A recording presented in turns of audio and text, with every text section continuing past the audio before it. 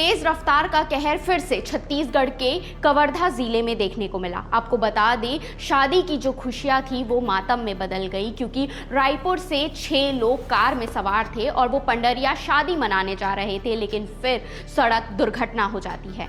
आपको ये भी बता दें, ये पूरा मामला पांडा तरई थाना क्षेत्र का है, जहां फोक नदी के पुल के पास ये सड़क हादसा होता है और मौके पर ही 2 लोगों की जान चली जाती है, जबकि 2 लोगों को अस्पताल में भर्ती कराया जाता है और उनका तब दम टूट जाता है और 2 लोग अभी भी गंभीर रूप से घायल है। जिस प्रकार से एक्सीडेंट होता है, तुरंत मौके पर पुलिस पहुंचती है और पुलिस खाई में गिरे लोगों को निकालती है। उसके बाद उन्हें अस्पताल रेफर किया जाता है।